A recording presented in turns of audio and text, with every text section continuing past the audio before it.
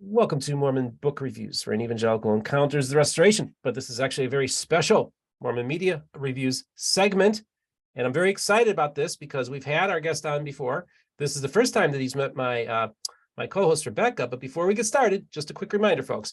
We are doing a book giveaway of the book, Rescuing the Restoration. The Lord Sets His Hand Again.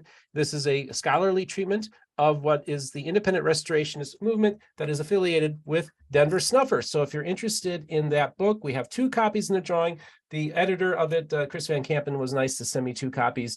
And so just remember, in the description, there's my email, mormonbookreviews@gmail.com. In the subject heading, say book contest and leave your name and address, U.S. residents only. Also a reminder, folks, check out our website, mormonbookreviews.com. We have a merch store there. There is a hot chocolate mug with Rebecca. Thank you very much. I got one too. So check that out as well. Folks, I'm very excited because, Justin came on about a little over a year ago now. And you had your movie, Who Killed Joseph Smith? And at first I wasn't going to even talk about it because I wasn't sure what to make of it. But I had a lot of my viewers send me links to the movie and say, you gotta look into this, talk to this guy. And I thought, this sounds like I watched the movie. I was like, okay, I think there's a way I can do this. I think we can have a conversation about the movie in a way that allows you to give your point of view. And you have since told me that you felt you were treated fairly, and I'm honored and privileged to have you back on the show. Justin Griffin, now the writer-director of the part 2 of Who Killed Joseph Smith, which just came out a week ago. Welcome to the show, sir. Thank you. Thank you, Steve. And Rebecca, always a pleasure having you on board here. And this is the cool thing. This is what was so awesome. Last week, I contacted Justin because Rebecca said, there's John Hychek is talking at something tonight, but I'm not sure what it is. I said, oh, that's the premiere of the movie, the part 2 is Who Killed Joseph Smith. And within minutes, we got in touch with, I was able to get in touch with Justin. We were able to secure 2 tickets for you and Landon that were able to go. And so I want to thank you, Justin, for doing that and giving Rebecca the opportunity to watch the premiere that night. That was really awesome of you. Cool. Yeah, it's awesome. Yeah. So, before we get started on this movie, Rebecca, what was it like just in general going to the movie? Just maybe kind of give you a little bit of your impression since you were there, and maybe just say hi to everybody else as well. Yeah, it was so interesting. I work in Thanksgiving Point, where in an office building. So I was there, and I just had something pop up on Facebook that said exactly what you said, Steve. This is going on. I'm like, what is happening? Because normally I know what's going on. I mean, I have the Good Media Club Facebook group where I kind of curate Mormon movies that are coming out, anything on the landscape series, podcasts, and I'm like, how did I miss this? So of course I went to Steve, texted him really quick and said, what is happening? I'm out of the loop. And he told me what was going on. And I said, well, I am right here, literally right next to the theater. And he said, well, let me see what I can do. And he was so nice. And Justin was so wonderful to be able to get 2 tickets. Yeah. So so left work, got something to eat, and then went over to the theater. And I was really amazed at how many people were there. I mean, the line was to the door. You couldn't miss it. When you walked in, I thought, oh, will I be able to find where this is? Oh no, it was, it was there. It was really amazing. And everybody was talking. And like I said, Justin and I got to meet your daughter for a second, just happened to be right there in line behind your family. And just the sheer number of people. And they were you could tell they were just so eagerly awaiting the film. Like they were so excited to see it. And you saw people greeting each other and friends in the group. It seemed like people were they were friendly. They knew each other. We had some people, I took my co-host for my podcast and book club, Landon, with me. We didn't know anybody at all. Several people introduced themselves. Everybody was extremely friendly. And then, some announcements from Justin, and then the film started, and then you could literally hear a pin drop. People were riveted to the screen, and then as they got into it, of course, certain parts, there were group cheers when things were said, but it was definitely just this giant collective moment with this energy, that Landon and I were like, wow, this is really interesting. We've never been to something that was so, what would I say, just kind of a cohesive, collective group of people that this film was so meaningful to them. I think that's what we took away from it. So, but yeah, it was quite a powerful experience. That's amazing. Yeah. So a lot of those people that we've met each other online and seeing each other talking, commenting this, and that's the first time to actually meet a bunch of them. If I had the whole thing to do again, I'd probably just be like, we'd all hang out at a park, just so everyone could like chat. That was awesome. Hmm. Yeah, and that's I heard a lot. You know, of course, I'm with. It's way late because I'm in Florida, and Rebecca's telling me all about the movie. And it was very interesting. I got to get, and then I actually got a link later that night, so I was able to watch it myself that evening and finish it up the next day. So I felt very interesting because, like, you know, again, it's very well made. You know, and of course, last year when you made the movie, last year's was more reenactments. Like you were kind of doing it. I wasn't sure what to expect. With this movie, because it really, in many ways, it's as much about Justin Griffin and your faith journey as it is about who shot Joseph Smith. Would you agree with that? Yes, unfortunately, that is correct. Why do you say that?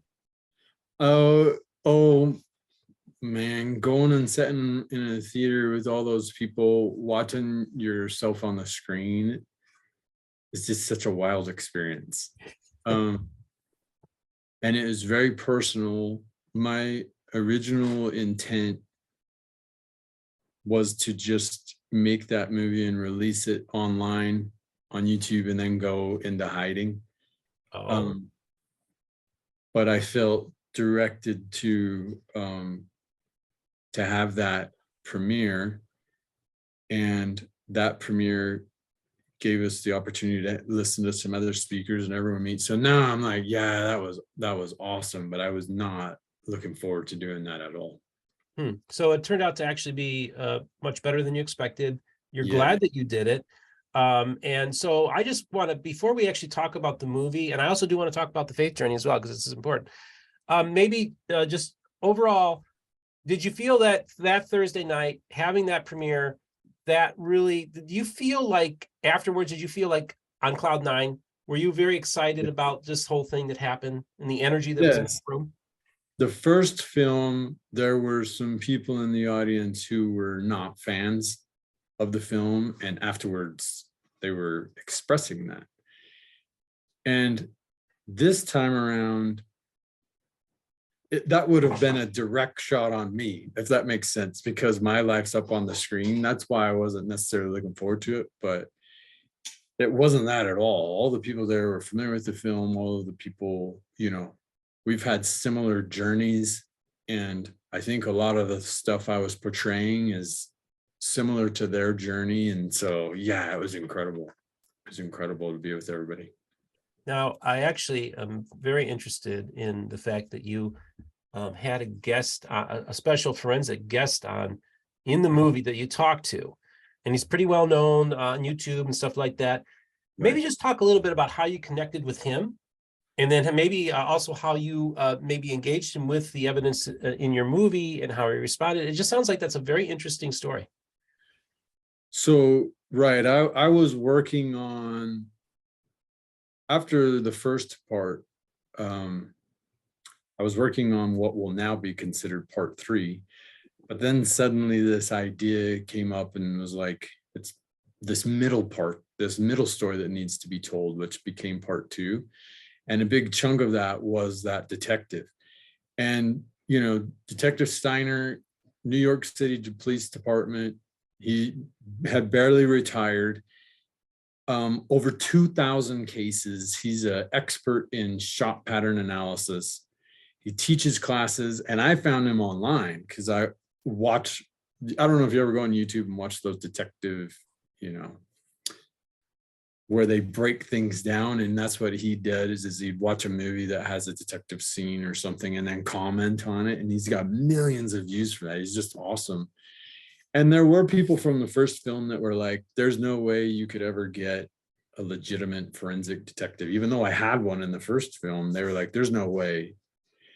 And so I watched his stuff to get ideas of how to analyze this case. And then I just got the idea to just call him and say, hey, you review all these other, would you be willing to review part 1? And he was like, sure.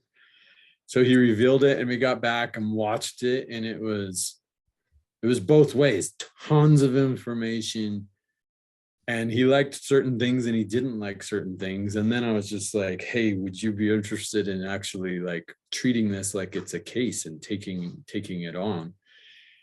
And he agreed to that. And it took him quite a while. I sent him everything I had. He looked up what he had. He asked whatever questions he wanted. He talked with his friends, his experts. And then we got together to meet. And I didn't know what he was going to say. And I was kind of the night before kind of freaking out. Like, if he comes on here and says that everything we said was wrong, how am I going to deal with that? Am I willing to face that? And I talked with Steve, who, you know, actually is the one who made the movie. And I was like, whatever he says, we're going to have to show it.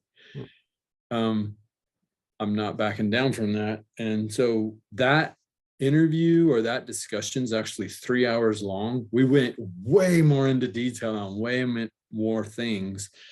But, you know, we cut that down for the movie, but later on we'll release more of the segments for more detail for the people that's what they liked, is more and more detail. So. Okay. That's very interesting. Rebecca.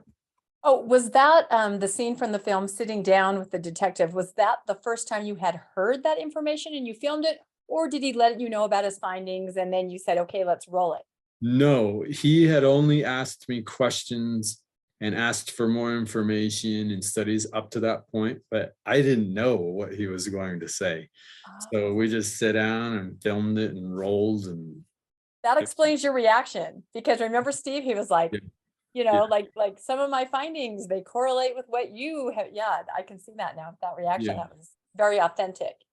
Yes. Fascinating. Wow. Yeah. And I'm just curious, he does stuff on his YouTube channel. Did he do something about the Joseph Smith movie on his YouTube channel and do a breakdown of it like he does the other stuff?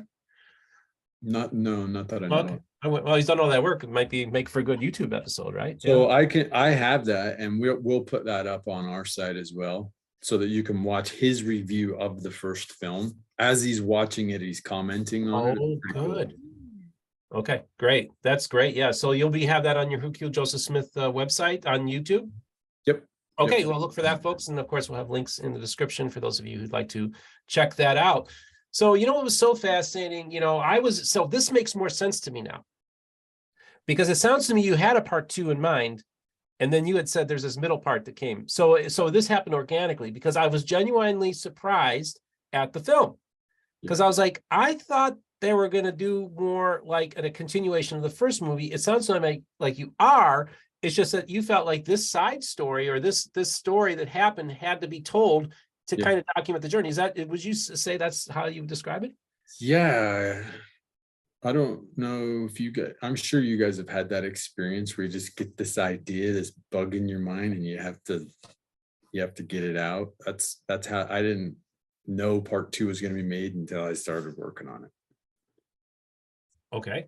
Yeah, that was, like I said, big surprise. Was not expecting that. And you know, I do want to ask you, because of course it's been a year since you've been on my program, and of course I had you on a second time to come on to respond to Brian Stutzman's critique of your work as well. I just want to know, from the first movie, since it's been a year now, like you can look back and reflect a little bit. What's this year been like? Well, it was.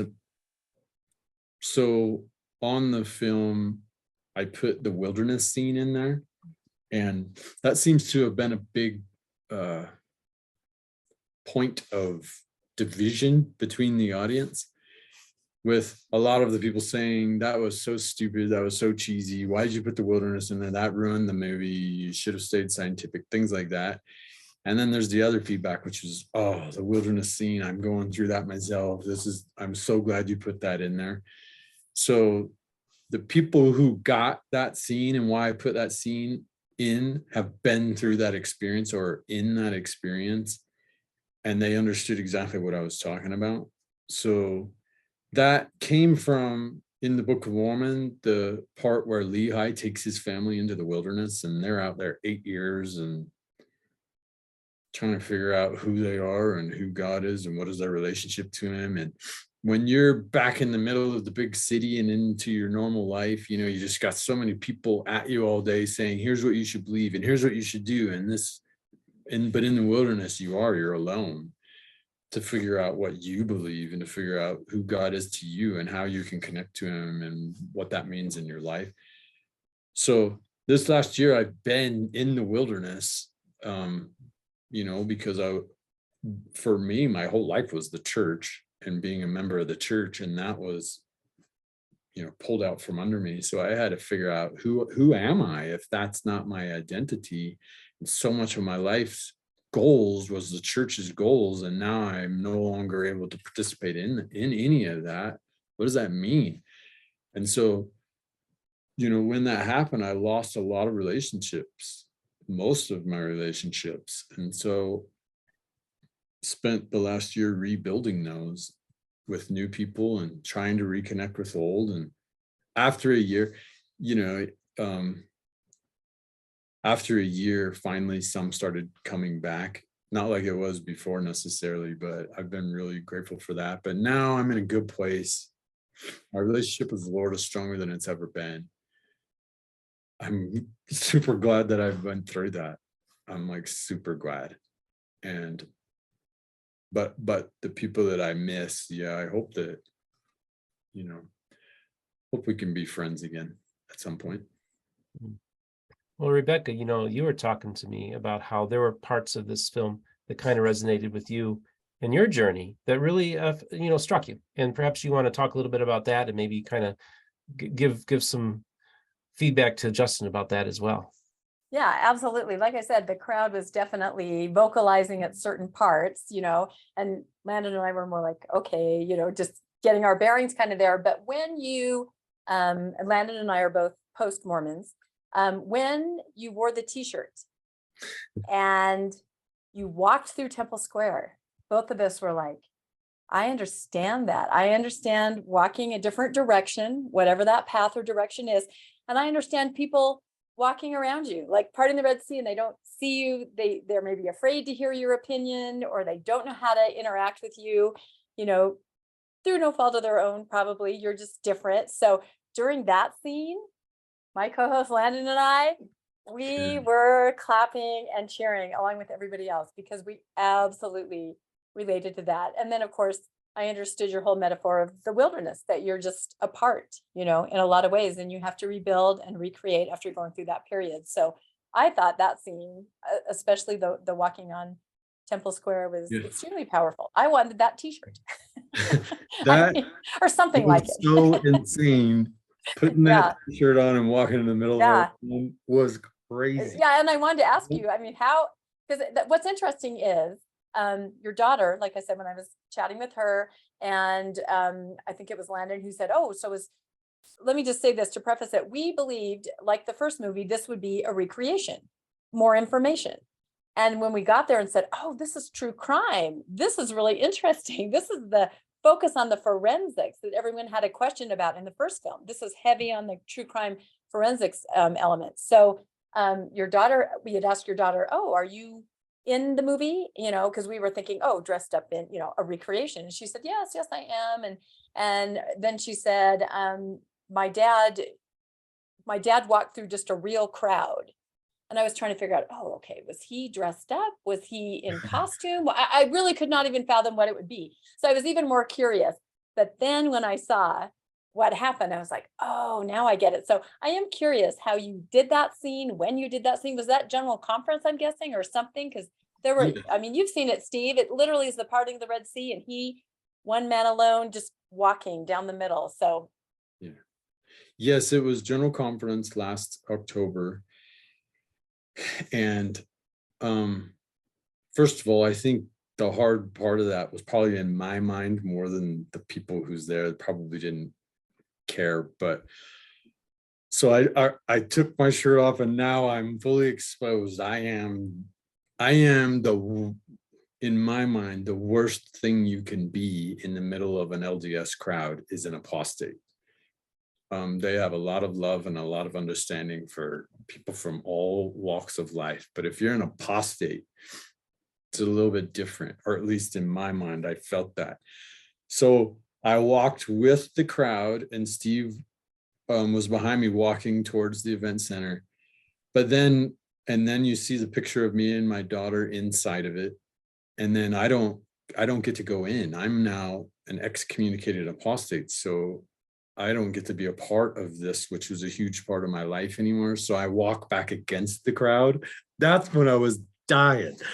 Because that's when everyone's looking at me like, what kind of a crazy kook walks around with an excommunicated?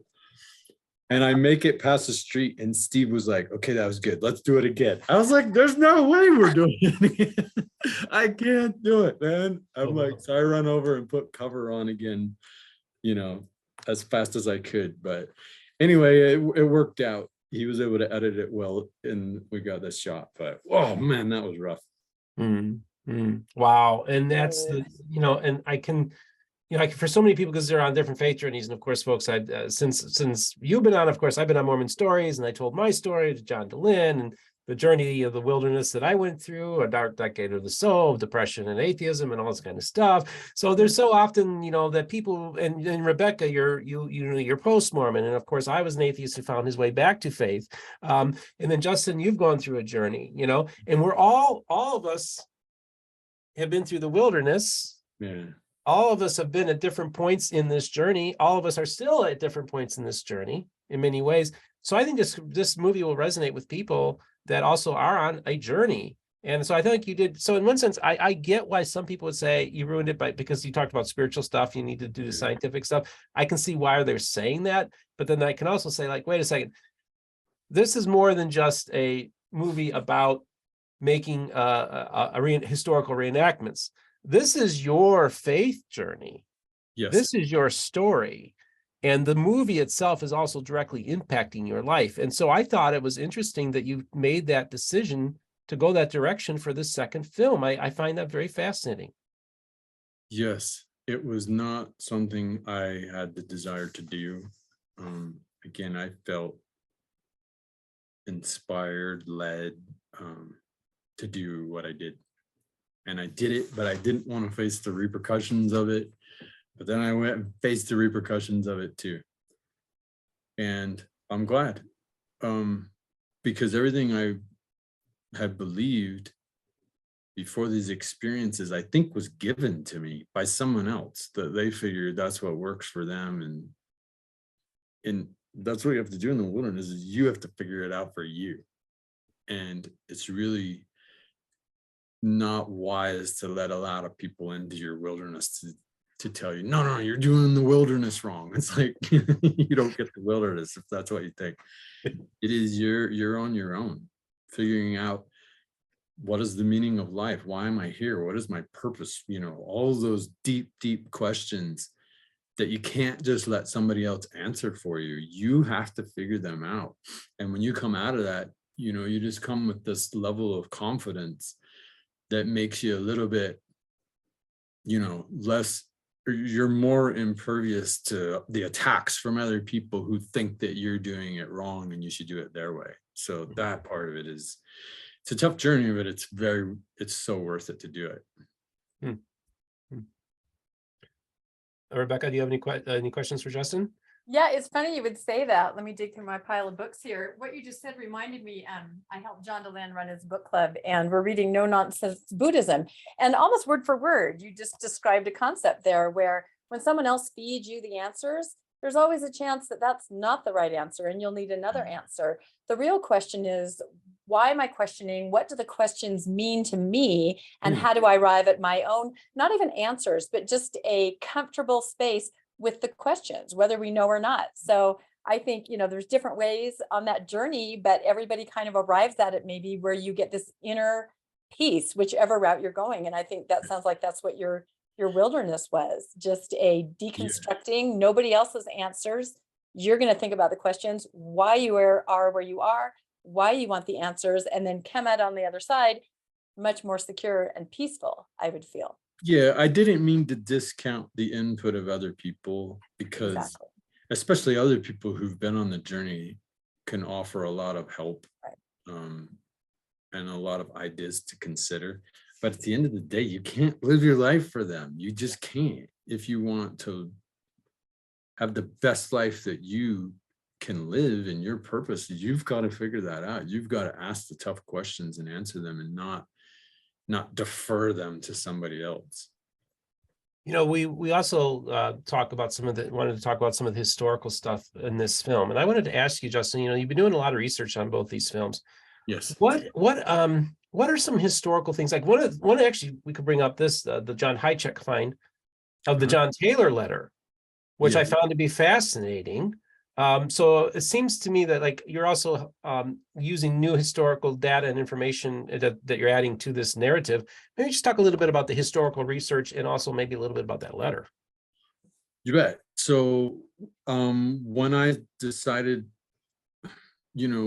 as I mentioned in the film, whenever I lost a debate or an argument or whatever, when I was in that mode, it was because I didn't know the history. And well, you saw me and Brian, when we talk, it's like we're talking over each other's heads. I'm talking physical evidence, he's talking historical, and we can't seem to meet in the middle on anything. And I'm just like trying to convince people in the court of law today, if the eyewitnesses contradict the physical evidence usually wins. I mean, if you've got DNA evidence of your blood on the scene, you're toast. It doesn't matter what the eyewitnesses say. And so I'm like I was trying to be this proponent in the first movie of the physical evidence is what's important here. The physical evidence can't lie. It can't manipulate. It is what it is. And you can analyze it scientifically and methodically and figure out what it's trying to tell you. You can't do that with a historical account. And I would beat that drum so loud. But all the historical people were like, we don't care because the historical says this. And my desire is to convince them that, hey, you are holding on to a narrative that is not correct. And if you're not going to listen to the physical evidence, then maybe I have a chance with the historical evidence, if that's the conversation you want to have. So, man, I plowed head deep into it. And there's not a single place where you can get all the martyrdom, studies and histories and accounts. So I found over 70 of them, and about 50 of those were super focused on this 2 to 3 minutes that I cared about. They described something within there, something that happened in that room, the wounds or who was there or what was shot or a part of the room or something like that. 50 of them. And they're all over the place. And it took a long time to go through find them and then go through them and say, what are these people trying to say? And now I'm like, okay, historians, if there's any historians that you want to talk this through, let's talk it through, because now I will actually point you to the historical account. And in a couple of weeks here, I'm going to put every single one of those up on my website, because I'm not trying to hide anything. I'm like, you can see everything I said in the movie. Here's where I got it from. You can look at all of this yourself. You can interpret it differently, and I have no problem with that. I think that would be great if people say, I interpret that differently, we'd have that discussion, but I'm not hiding anything. I will show you exactly. Here's how I came up with all of this. I was just curious, you've done all this historical research. Have you considered maybe having somebody even come help along with this, maybe co-authoring a paper, actually writing a paper and submitting it to like John Whitmer Historical Association or the Mormon History Association? I would love that. And if you could find that person, that would be wonderful. So I said in the movie, I had invited 3 different historians to come onto the movie. The idea being, I want the other side of this. I'm going to present my side. You show the other side so we can have some balance there. Because I already know at this point, I'm super biased. In the first film, I was a little bit more open to, all right, what's going to happen? But by now, I'm pretty convinced on my theory. And I don't know how to get rid of that bias other than to speak with other people and say, give me your pushback, right? And so I had many debates and discussions with people before the movie, but then I'm like, all right, come on the movie and let's discuss this. And they all turned me down. But that's not necessarily because they were afraid of discussing it. I think it's because I had the rights to editing it and they were worried about how they were going to get presented. So I understood that, but I'm like, okay, let's do it live now. if you want to talk through all this stuff, let's do it. And some people are like, you made a claim in the movie that you talk with you didn't talk with any historians there, Freddie. I'm like, no, I didn't. I made the claim that I invited them to be on the movie and they turned me down there. So Okay. Interestingly, some of them said, please do not mention that we talked. Okay. I'm like, okay. So I don't want to throw them under the bus by saying who I actually talked with. So. Huh. Wow. Yeah, no, I can imagine that there's a lot of controversy there. And yeah, I know how a lot of academics would definitely shy away from this topic because it's a counter narrative to the, dominant narrative, which is, obviously I'm a member of Mormon History Association, John Whitmer. I'm tied in with the scholarly crowd. And of course, I even was at Mormon History Association where there was a presentation given on movie, they were showing examples of the martyrdom in the movies, and they left your movie out, which I was surprised by that. Very curious. Yeah, because it just came out, and I don't know. I think because I do think it should get some scholarly treatment. I do think that you've put that out there. I do think that there should be a scholarly answer to some of the stuff you put out there. If anything, Justin, just because if maybe they can point out some errors you made, and then you can also then go back and make corrections. I think it'd be good for that process too. Right. Absolutely. Like I said, if you know somebody that's willing to do that, that's for or against my theory, I don't care. I'd be happy to do that. I'm not a scholar. I wouldn't even begin to know how to write a research paper for that realm, but I definitely have all of my information. I'm like, here's what I think. So. Okay, well, that's interesting. You heard it there, folks. If Justin's looking for somebody, that's out in the ether now. So we'll see if there's somebody out there in the academic field that might be interested in at least assisting Justin on that endeavor. Rebecca?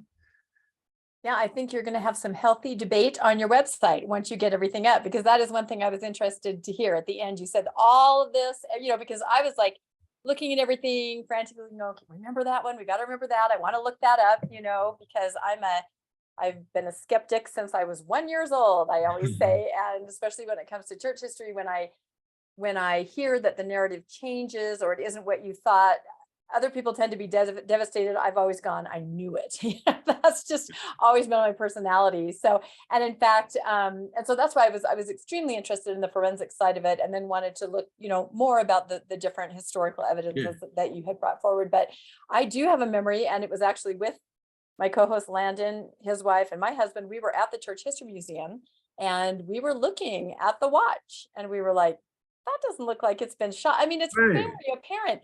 And then we looked at, the bloody clothes. We're like, it was Landon, I think, that said, he's been in the military. He's like, that doesn't look like somebody that bled out, So I agree. There are some issues forensically with that narrative at the beginning, but that doesn't surprise me that we don't know the whole story.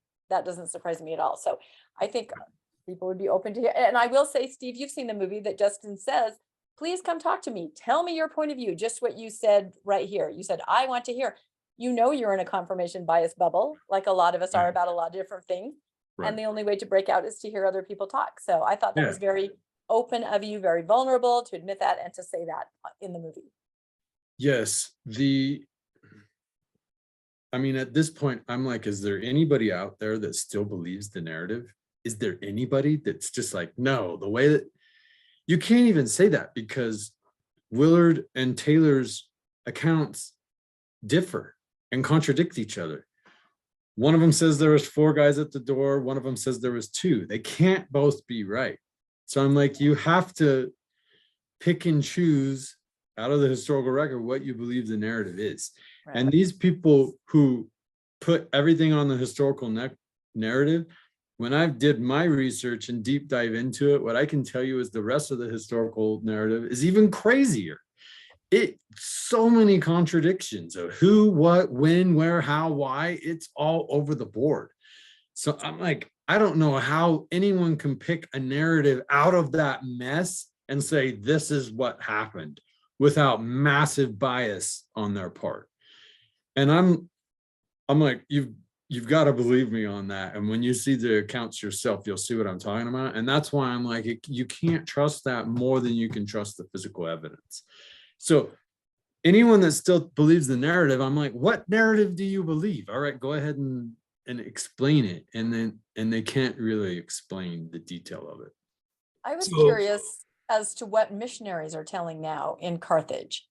I was trying to, I thought I remembered that I'd had a friend whose daughter had gone there, and I wonder what they are actually telling, because I know they used to tell the watch story and they would point to bloodstains on the floor and things like that. They had these little cards that they read off. So I'm very curious. Maybe someone can put it agree. in the comments, Steve, if anyone knows a missionary from Carthage, what are they telling today?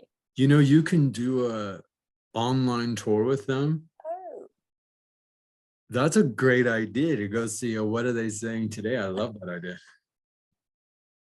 You know, I just wanted to ask you, you know, a lot of people, because people actually literally, I mean, I saw the movie and then I did talk to some historians and stuff like that. And one of them I thought was an interesting point to me. He said, and then this kind of push back on you a little bit. He said there were a lot of people in that mob that had motivation to want to see Joseph Smith dead. You had the Masons that were mad at him. You had you had a lot of people that were afraid that this is a guy who has the largest standing army in America. You have a lot of people that are very afraid that he could become a very powerful political force running for president. Somebody even told me, said, Joseph Smith wouldn't have won the election in 1844, but he would have positioned himself perhaps in 1848 to be a formidable opponent, considering what he was building. Then you had the political establishment that was also against Joseph as well. And of course, you had Sharp in his newspaper and all this kind of stuff. Can you see the point that there were a lot of people would have had motivations to want to see Joseph Smith dead outside of the theory, the hypothesis that you are putting out there? So I've never disputed the fact that other people wanted him dead. Right. And I've never disputed the fact that there was a mob that came there to kill Right. him. What I dispute is they were not successful. They failed. Just like the mob that had come the night before in Carthage, they tried to get him then and failed. And now they came and they really only had a couple of minutes. So the reason why they all dispersed is somebody yelled out, the Mormons are coming. So they believed at any time that the Mormon, you know, the largest standing army that you're talking about was going to show up. So they were all on this heightened sense of we got to get in and get out, and they messed up. The first thing that they tried to do was they yelled to the jailer, give us the prisoners. And the jailer was like, I'm not going to do it. So they're like, let's send our guys in to go in and grab him. And they sent 6 guys. It wasn't this massive people like everyone is led to believe. It was 6 guys. And the record shows that they were young. They were in their teens. And they gave them liquor to get them, you know, all hyped up. This was not the big sophisticated military focused design to go and get Joseph that everyone thinks. It was the militia from Warsaw that the governor called them off. And so they were all pissed off. And so Sharp's like, no, we've got to go. We've got to go to the jail. And he calls them all cowards. And there's guys that are like, we're not going to go to the jail to get Joe. He's in jail. How cowardly is that? So he had to like threaten people. And he was successful in threatening younger people to come. And so they marched into town. How many people were in that mob? The numbers are all over the place. Willard says between 100 to 250, but there's only one person that actually counted, and that was Daniels, and he said something like 84. There were 84 people in that mob. So 84 guys standing out there, afraid that the Mormons could come any moment. Jailer's not giving them. They send these kids in. The kids don't know what to do. They fire through the door, and then they find out Joseph's armed. What would you do? That's a question I asked in the movie. The door opens and Joseph's pointing a pistol at you. Do you fight back, or do you like, what? I'm out of here, and run back out of the jail? That's exactly what I think they did, is they ran back out of the jail. They failed. The mob didn't get Joseph. And now I don't think, and I'll say this on your show for the first time too, I don't think Willard and Taylor had some big plan. I don't think they were trying to be in Carthage to kill Joseph and Hiram and knowing that the mob was going to come or not. They saw an opportunity in the mess of the moment and they took it. Maybe they were trying to save themselves. Maybe they were, they wanted Joseph and Hiram out. But if the mob was successful in their goal was to take all 4 of them out. And they didn't. How did John and Willard survive if the mob was successful? The mob failed. They failed twice in the same day. They couldn't pull that off. Well, I find that very interesting because now you're telling me a different narrative than I was anticipating.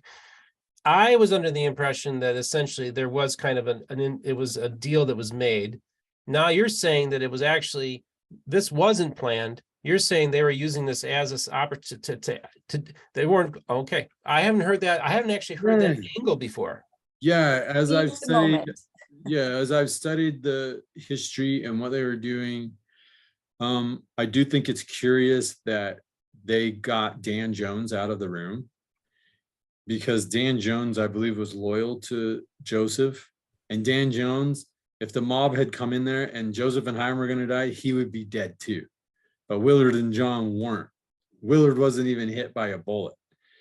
Dan Jones, there's no way he would have done that. He would have died before he let either of them get hit. So I do think there's something to be said for how did they get him out of the room? What did they know to get him out of the room? But mostly, again, I don't see massive planning here. I don't see this big, bunch of guys sitting in a room all figuring out how we're going to pull this off. They had a couple of minutes, and they were all scared that the Mormons were going to come at any time. And really, the Carthage Greys that were there to defend the jail, they don't know who was in on that. Some of the Carthage Greys were helping them and colluding with them, but some weren't. The 6 that were in front of the jail, they came up and said, "Get out of our way, we're going in." And some of them were like, okay, and shot blanks over their heads. But there was one that fought back, was like, "You're not getting in here, we're guarding this." He fought against the mob. And they hold him down on the ground and they're like, "You stupid idiot, shut up, you're going to be fine. We're not here to try and get you." And that's right there in the record. In the meantime, the Carthage Greys, the main body of them was a couple hundred yards away. They're running towards the jail. They think the Mormons are coming. They don't have a lot of time to do this. It's just a ragtag bunch of guys that are pissed off at Joseph. And they failed at it. They weren't successful. And that's how I'm like, that's one of the reasons why I know it was an inside job, is it would have failed if those 2 guys in the room hadn't done what they did. Well, okay. That's the first time I've heard this. It really is an interesting way of doing it. I do want to hear the audience for your response to that idea that it wasn't as planned out as maybe some people think, or that Justin was advocating, that it was kind of a situation where, I guess in one sense though, Justin, you'd have to say that the ground was being laid out for something to happen where there had to be at some point that in your mind, the way the story goes, there would have been a moment where there would have been some who would have felt the need to want to remove Joseph and Hiram from the picture. Oh yeah. I agree. The mob was there to kill him. Right. I've never disputed that. And I've never disputed that when Joseph came out of the window that they shot him out of the window. What I did dispute is Joseph, once he fired back at the guys that came to the door and they ran out of the jail, he was safe. He escaped again, just like he did that morning. He escaped, and the mob would have had to disperse because they were afraid. Someone said the Mormons were coming and the Carthage Greys were coming. They would have dispersed and missed their opportunity. So something else happened in that room. That's what I'm trying to figure out. What the heck happened in that room?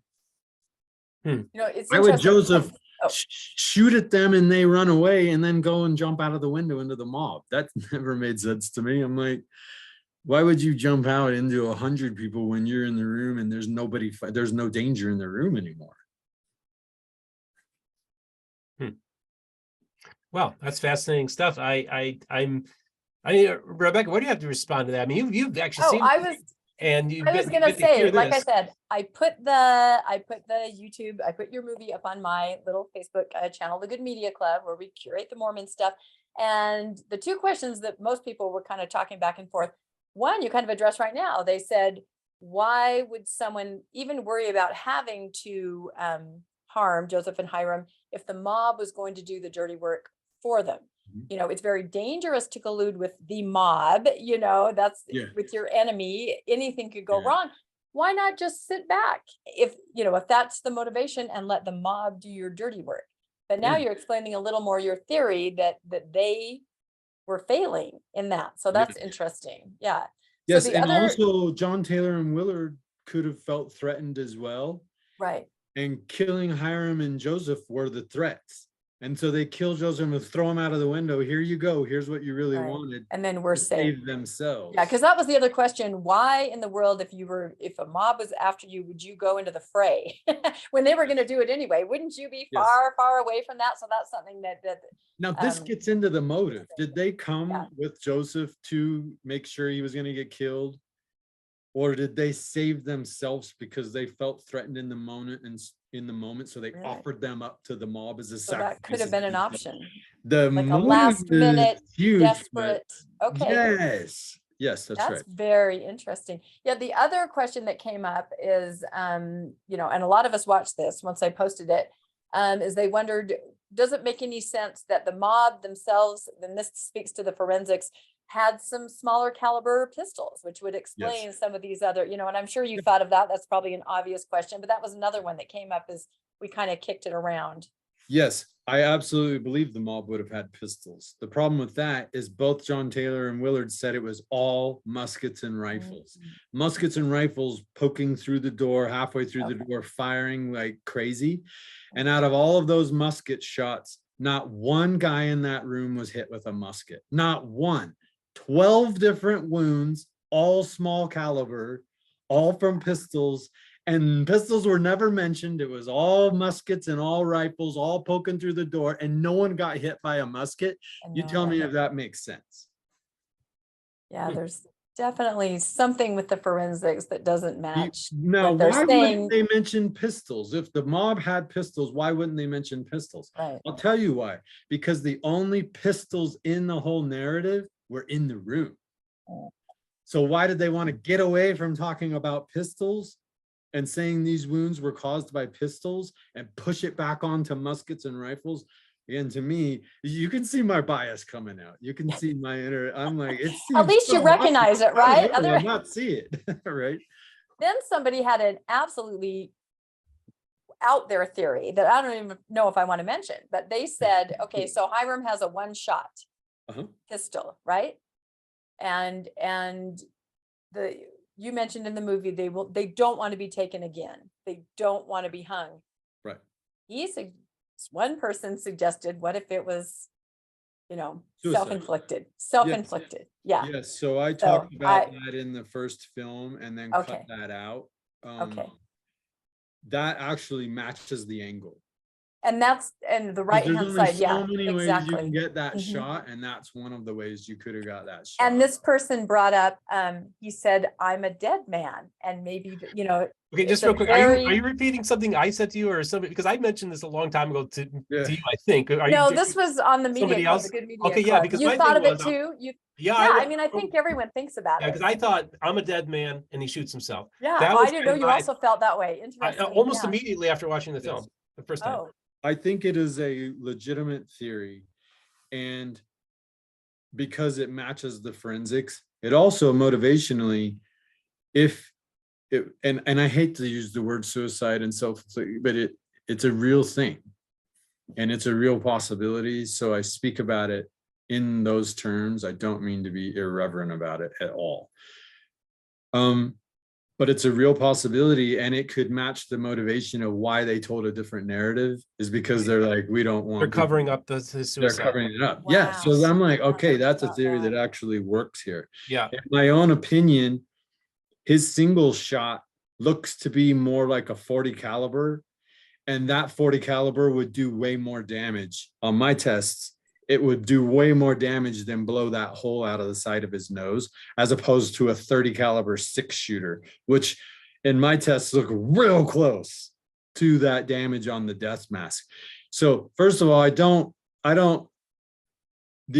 the idea being he killed himself in order to avoid them taking him out and killing him. And I'm like, maybe it all happened so quick. I don't know if he thought you could think through those consequences that mean, if they were threatening to torture you, maybe, but Yeah, I was I thinking don't they're going to be think- humiliated. They're going to be yeah, tarred and feathered. Publicly executed, Yeah, that it publicly, would- that's an issue too. Right. yeah. Yeah. So yeah, that's a possibility. I don't think that's what Hiram did, but I do admit that one actually could work. That fits the evidence. Okay. That was something I pretty Yeah, sure I didn't told know you about that, this to Steve. Rebecca a long time ago because I was like, I think maybe that might be another theory, Wow. based Well, on what you're doing. Other And- people have arrived at that. 'cause Yeah, they I keep mentioned it to a few around, people. I'm like, I don't know, maybe that's what he proved inadvertently, but that's kind of how I thought about it at the time. I haven't really thought about it Wow. much since then. But yeah, I think that's fascinating stuff. Yeah, and I really want to thank you so much for having this conversation with us because I find this to be a fascinating conversation. I know there are many of you out there. Of course, I've had people who are critical of this movie. I have come on my program and talked about it. Of course, everybody knows this is called the Switzerland of Mormonism. This is a safe space where all the voices will be heard. So I think it's important that we get that out there as well. And I want to ask you, Justin, is there anything else about the movie that you wanted to cover with us in this episode? Because I do have a few more questions for you, but I wanted to make sure that we're covering everything and also maybe talk about where people can find the movie and all that kind of stuff too. Yeah, just whokilledjosephsmith.com. And also on YouTube, and that's your website. Yeah, that takes you to the YouTube. YouTube link on the Okay. website. Okay. Now and Rebecca, do you have any questions for him anymore about the movie or anything like that? I think I'm just trying to remember what we discussed over on the Good Media Club. And I think some people said, yes, there's problems with the forensics. What do you say to somebody who looks at the forensics and goes, yes, there are problems, but historically, I'm not going to take it where Justin took it. That's not at all what I think happened. Although I do admit, there's some questions about that. I mean, I guess that's just, Okay, so differing opinions. So, because a think lot of that- people said, I understand the forensics, something's confusing, but I would never historically take it there. That's just Right. kind of what they thought. So, and I'm sure you've run into that before. I think that it's good that we all agree the narrative didn't work. It's like, okay, wow. It took 2 years, but we've moved the needle. Does that make sense? Right. Because beforehand, they're all like, yeah, the narrative, that's why it had. And now people are like, okay, the narrative isn't right. Yeah. I think this movie, the first movie accomplished that. This movie accomplished that the shot on Hiram entered below his chin and outside of his nose. That is the shot. I am more than 90% confident. The forensic detective is 90% plus confident that was the shot. Now, there's going to be people that argue that, but we didn't even go into all of the evidence of how that's impossible that it came the other way. And I'll show that later on another video. But that is the shot. Most people are like, okay, that is the shot. Even the most hardened skeptics are like, okay, that is the shot. So now comes the next question.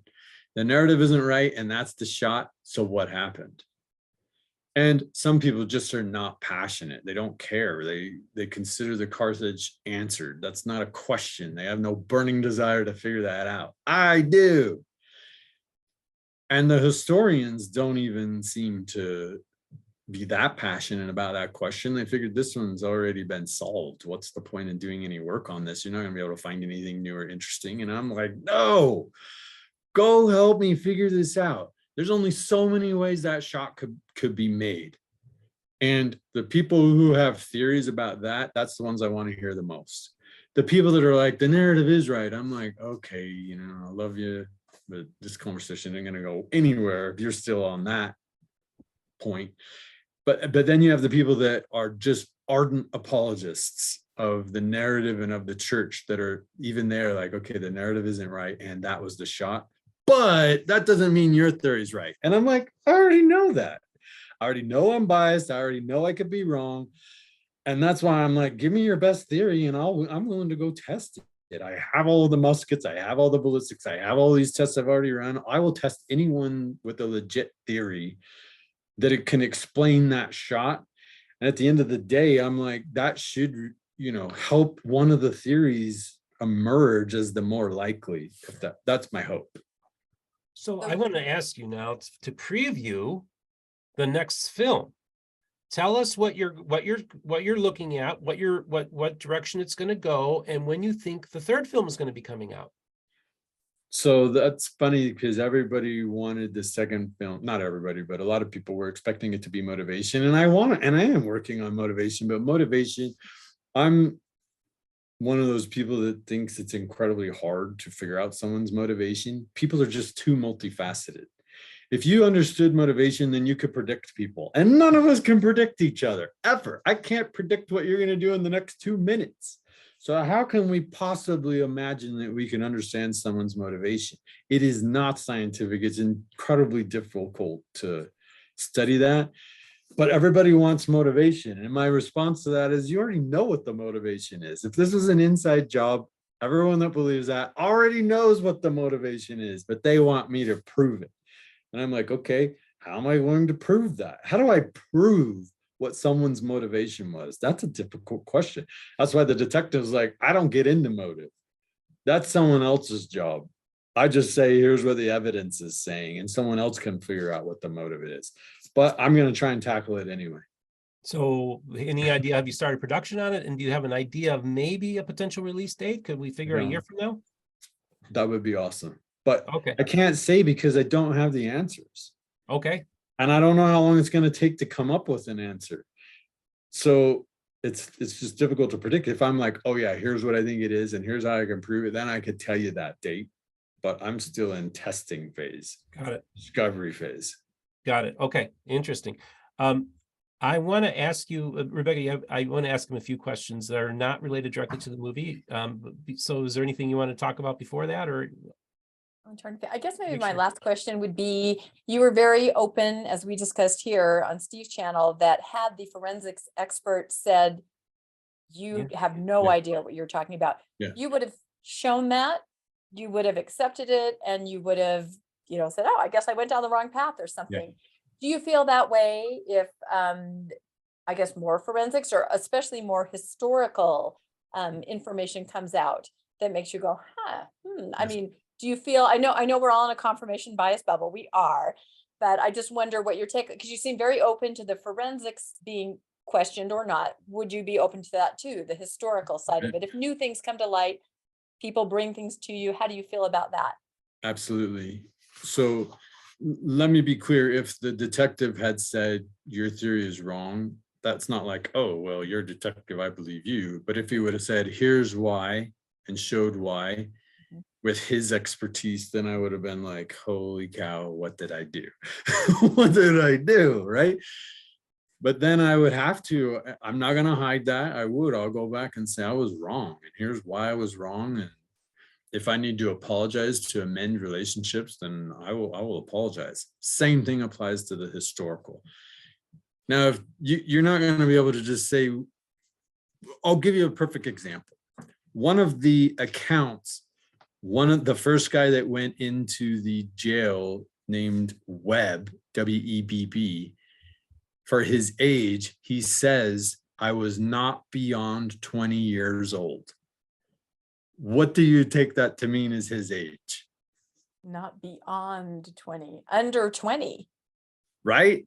That's how I would see it. He was kind of hiding his identity. Right. But other people came back with, no, he's 21. I was like, 21?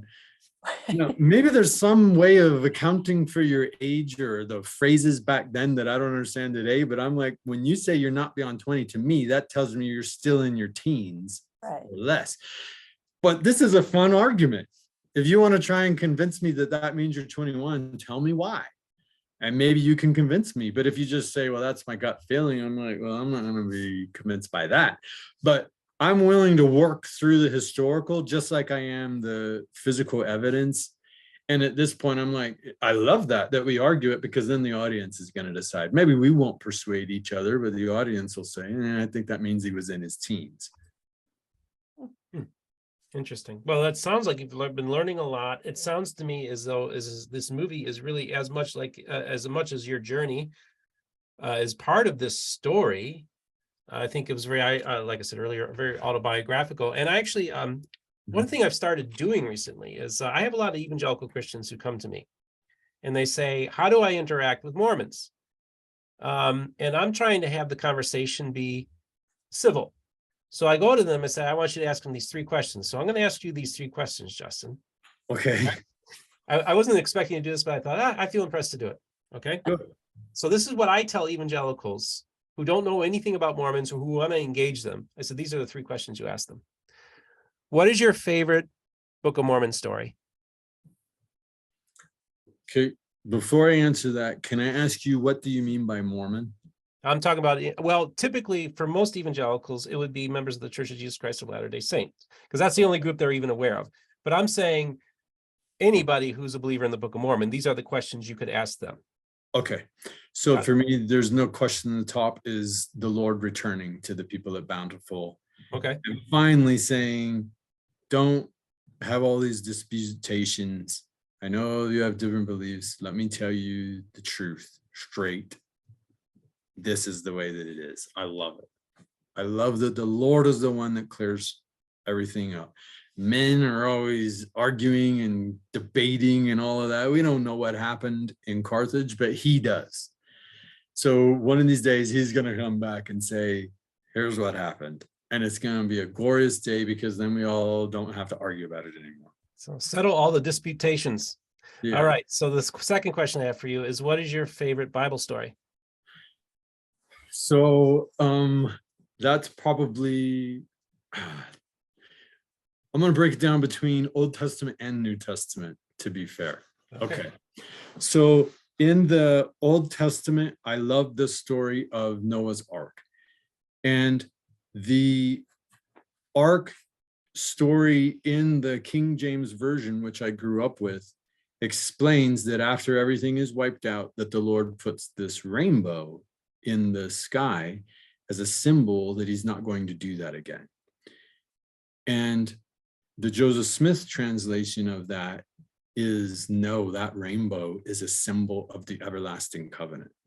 And the everlasting covenant is a covenant that God makes with his children, that if you seek me, you will find me. And all of the people since the beginning, since Adam, entered into that covenant with God. And they were able to obtain a relationship, to have a relationship with him. And that's the promise to God to everyone, is that if you seek him, it doesn't matter who you are, where you're from, what church, if you seek him, you will find him. That's what that rainbow is symbolizing. So I love that story. And I love that it's real, that you walk out and you see a rainbow and you're like, there's exactly what these prophets were talking about, is this relationship with God. I love that. That's just one off the top of my head that I love. In the New Testament, same thing. The Lord, you know, he had his 12 apostles, and they didn't always agree on everything. And what would he always do? He wouldn't chastise them or yell at them or scream at them. He would just say, here's how it really is. He would explain it in this perfect, beautiful, simple truth. And they would all be like, oh yeah, that's right. I love the Lord for that reason. And for whatever reason, now he's not here on the earth and we're going to argue about everything. I think what he wants us to learn is, in the middle of all of that arguing, to not do it in a mean way, to hurt each other. It's okay to have differences of opinion and to see things differently, but don't try to destroy each other. Don't compete. Don't try and lift yourself above the other one. And I fall into that all the time, man, where I turn it into like a competition. I'm going to show you with the historical or physical data. It's not good. It's not the way the Lord would have us do it. What he would have us do is, like, you say what you think is right. You say what you think is right, and see if there's any way that you have common ground in that, where you come to each other and learn from each other and be open to each other. And that's the way. That's the truth. That's what I want. Okay, so this is the final question, but actually kind of answers a little bit. The final question that I've been asking people recently is, who is Jesus to you? So we came to, man, all right, how much time do you have? We came to this earth, and by taking this experience on, we fall. We have this nature to do evil things, to lie and cheat and steal and look for shortcuts and not work hard and be lazy and to do mean things to each other, to make money and only concentrate on money, you know, that's within our nature, but it's not us. There's something inside of us that wants to be kind, to love other people and to give them their space and to get along with everybody. But for me, most of my life, it was the other guy, the compete, make money, destroy my enemies. And I recognized that it's not the best way to be. It's a simple way to put that. And I couldn't break out of it myself. I couldn't break out of it until he spoke to me in the way that I would understand in my heart and mind and invited me to a different way, a better way. And he has the big picture, but he moves me through little steps. Justin, here's a different way of thinking about that. That person that you just absolutely destroyed, I want you to go and apologize to him. What? Why would I apologize to that guy? He did this to me. But I said, okay. And it was those experiences that I could start to recognize who he is as an individual and how he sees things, how he sees the world, how he sees his creation, how he sees all of us as his children, how he wants us to interact. And that's what changed for me. That's who Jesus Christ is. He's the one who saved me from my old self that I know was headed down a destructive path. And he's put me on this path of kindness, patience, and forgiveness towards each other, trying to work things out peacefully. And I can say, and as probably you can too, there's no way you could do that on your own. I couldn't manage that on my own. It's through faith in him and trying to keep his counsel to me that he steps in and says, I'll help you. Just like any parent does with their, children who can't figure something out. They want their kid to figure it out, but they'll step in and help him. So that's who he is to me, is my savior and redeemer. He's the one that saves me from myself and helps me become who I really am. Well, Justin, I really want to thank you for sharing that with us. I wasn't planning on asking those questions. I don't do that on every interview, but I felt like I needed to ask those questions because, again, I feel like this is about your spiritual journey, and I want you to be able to share that with the audience. Justin, I want to thank you so much for coming on the program today. Hey, you bet. Thanks, man. And Rebecca, thanks again. Always a solid as a co-host. We really always appreciate. We always have these great interviews together, and it's always a wonderful time that we have. And again, we get to share this with our audience. That's a great privilege that you get to sit in on these conversations as well. So I just want to remind my audience to don't forget to like and subscribe and hit the bell to be informed when the new episode comes out. Also, for those of you who would like to financially support the channel, of course, we have mormonbookreviews.com in the merch store. We also have a Patreon as well as PayPal for those who'd like to financially support us. And we'll have links in the descriptions to some of the stuff that we were talking about today. Just remember the most important thing, folks, though, the most important thing is, remember, all the voices of the restoration will be heard here on Mormon Book Reviews.